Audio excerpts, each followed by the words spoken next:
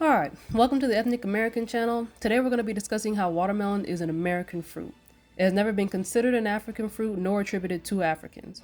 Even during the Jim Crow era and slavery, watermelon was not a stereotype used for Africans. It was a stereotype used for Americans. Because we were already cultivating and eating it over here, especially in the southern regions where it would be very hot in the summer. You could quench your thirst with watermelon instead of constantly getting water. So if we came from Africa, which is a lie they push so much, then why, when you think of Nigerian food, Gamibian food, Sierra Leonean food, you don't think of watermelon? That has nothing to do with them. And yet they say that watermelon came from Africa. Whenever you hear or read articles that say watermelon or anything is believed, that word believed to have come from Africa or whatever other place, even if they say it's from America, be very skeptical. Because how is an expert going to tell you what they believe instead of what they know? This is them just lying, but they're trying not to be held accountable for it by saying, well, I didn't know for sure. That's why I said it's believed. But belief isn't necessary anymore because you can literally just see if it's true. Does it make logical sense or not? Just look up some records. If you care enough to know the truth, just do some research and find the records. Now, I did find one record and I'll be reading some excerpts from it. It's a book titled The Beginnings of Agriculture in America by Lyman Carrier. I'm going to link this book, or I'm going to put the link of this book in the description, and it's free for you to read on Google. You don't have to pay for it. Alright, so starting in chapter 7, when they're talking about Indian crops, the watermelon is considered an African product by most plant historians. The available evidence, however, points more strongly to an American origin than it does to an African. Watermelons were not known to the ancient Greeks or Romans, a fact that is significant as the plant is admirably adapted to the soil and climate of those countries and is now grown there in abundance. This book was published in 1923, by the way, so you have some historical context.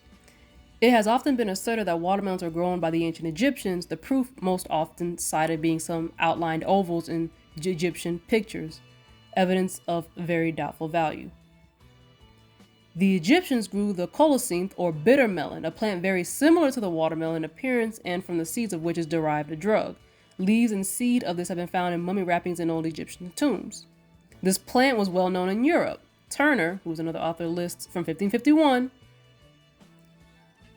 Coloquintida, a round fruit like a ball exceedingly bitter, which ye must gather when it beginneth first to be turned into a pale yellowish color. So these are bitter. They're not sweet, okay? So they're saying, oh, they came from Africa. The watermelon came from Africa. Every place on the planet has some type of melon or a gourd. I'm not saying all melons and gourd, species originated in America. When we're talking about the sweet watermelons that we know of today, you get at the grocery store, they came from America. The more bitter melons, those are what they had in Africa. Continuing on, watermelons were found growing wild in abundance in equatorial Africa about the middle of the 19th century. Okay, so about middle of the 1800s by Livingston, which Alphonse de Candolle asserts settles the question as to its native home. It is not clear, however, how this settles the question. There are numerous instances where plants which were undoubtedly introduced species show an aggressiveness in their new environment unsuspected in their native habitat. That's also true. Remember, this guy says this in the mid-1800s. Y'all had already been in America for about 400 years by this time. Watermelons are also not described in any of the European herbals of the 16th century. That's important because they had already been going in and out of Africa. So they say that they were shipping all these Africans. Okay, that means you had at least been along the west coast of Africa already. You've already been trading goods with these people, but no one mentioned this big, huge, juicy fruit that tastes good. No one mentioned this. But continuing on. This omission from the early plant catalogs argues strongly against the oft-repeated assertion that watermelons were well known by the ancient Egyptians. No other food plant of any importance native to Africa was overlooked by these medical botanists, or for that matter by the farmers on the north side of the Mediterranean Sea. Basically, they're saying if watermelon was there, these Egyptians would have known about it. A fruit with the peculiar properties of the watermelon could scarcely have escaped attention of the ancient physicians who were ever alert for the unusual in plants to aid in their fight against human ailments. Here they state that melons were found in North Carolina. Melons appear several times in the accounts of the various Raleigh expeditions to North Carolina. Barlow in 1584 says, he, an Indian chief, sent us diverse kinds of fruits, melons, walnuts, cucumbers, gourds, peas, and divers roots and fruits very excellent. Watermelons were also grown by the Delaware Indians. home from notes given him by his grandfather, a chaplain, in 1642 in the Swedish settlements on the Delaware, only 2 years after the first European farming was attempted in that region, wrote a history of New Sweden. In this book, the European crops, including muskmelons grown by the Swedes, are listed together, and then the native Indian products are discussed, from which is taken the following. There is also, amongst other things, the most beautiful and excellent fruit, which we call in Sweden watermelon.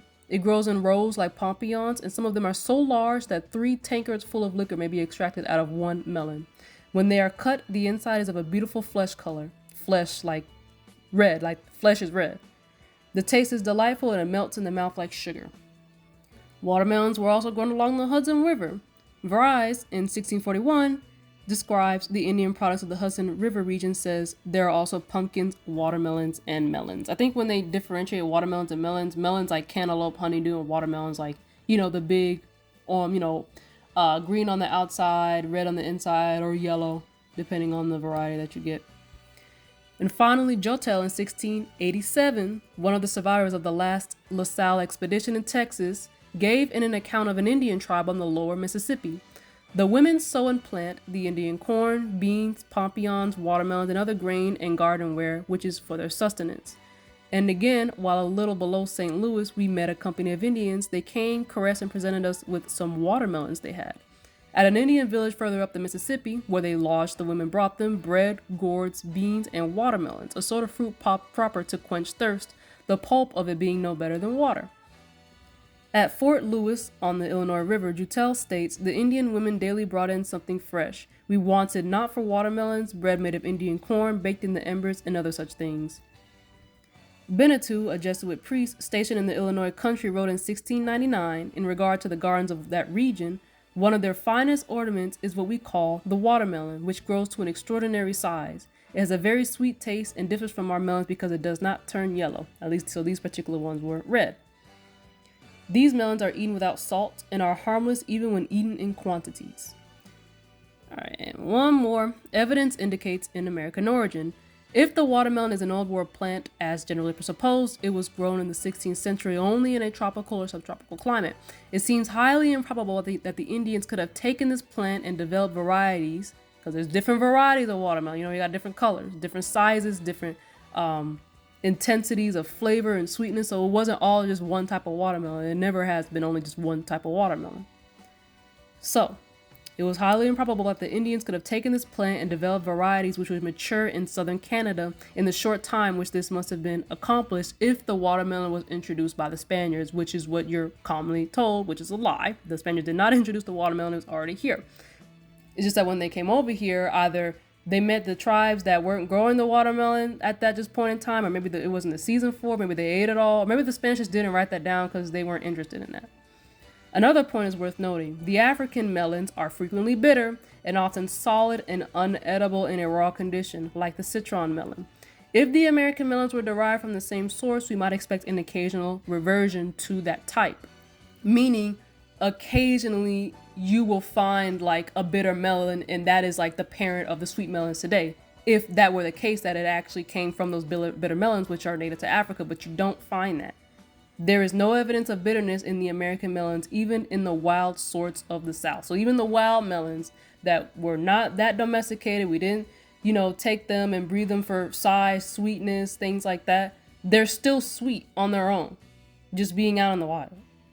Now, for those who can logically piece together that watermelon didn't come from Africa just from the lack of evidence itself from racist people that are claiming that, you didn't need me to read all this to you, but I reference and use books for those who still need the beast validation, because if you just coming out of that world and that mentality, sometimes you just need just in the back of your mind, like I just need one book, just one source, so I can know for sure that it's true, especially when it comes to logic. And for other people, if they feel better about having source material, that's why I provide all those things.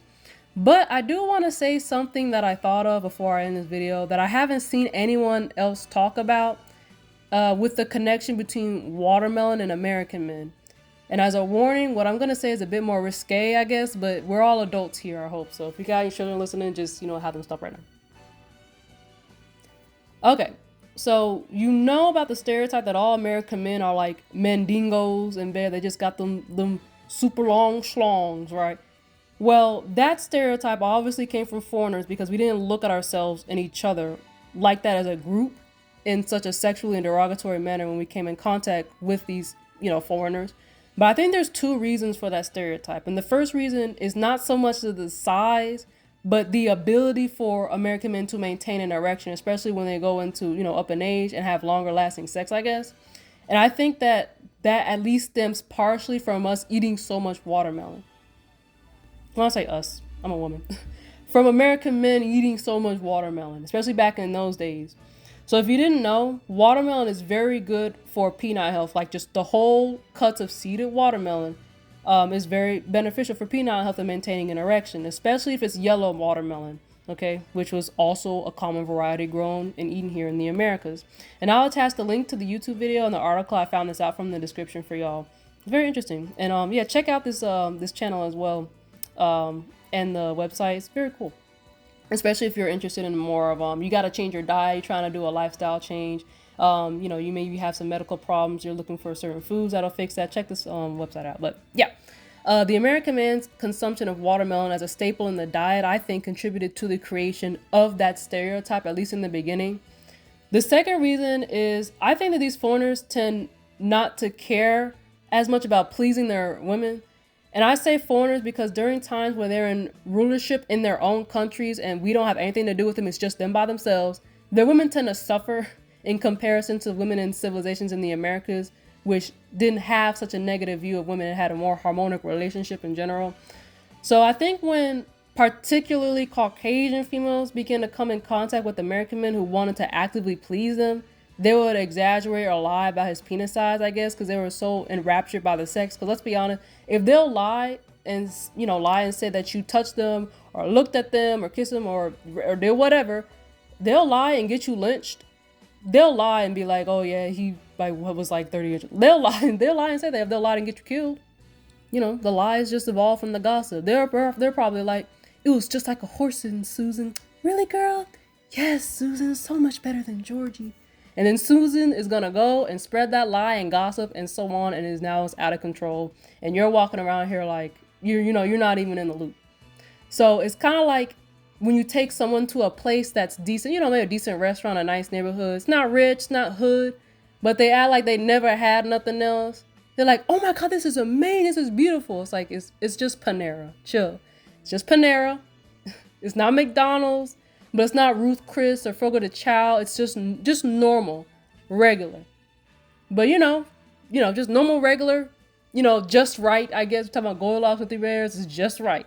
But we American men, we American women, we're used to that. It's not a big deal. But they weren't used to that. They're still not used to that.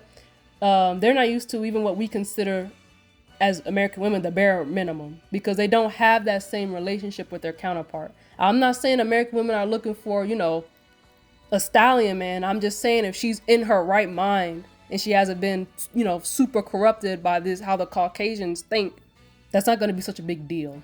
So Caucasian males would see a few outliers of American men who had what one would consider a large penis and then generalize that to the American men population because they tend to generalize a lot. I don't understand why they can't understand that everyone is not the exact same physically or mentally. It just boggles the mind. But yeah, I'm not saying that size itself was not a factor at all. But let's be honest, between American men and women, before we came into contact with these Europeans and became corrupted by them, we weren't making penis size such a big deal. The rest of the world, if someone is bigger than them, then that's big to them. If someone's 4 inches and you come along and you 6 or 7, to them, that's big. To American women, that's just normal, regular. You know what I'm saying? Europeans also erroneously equated penis size to fertility and sexual appetite, and they literally just made that shit up. But by saying that, it just feeds into their racist rhetoric that the smaller penis you have, the smarter you are. So therefore, white males are smart and American men are dumb.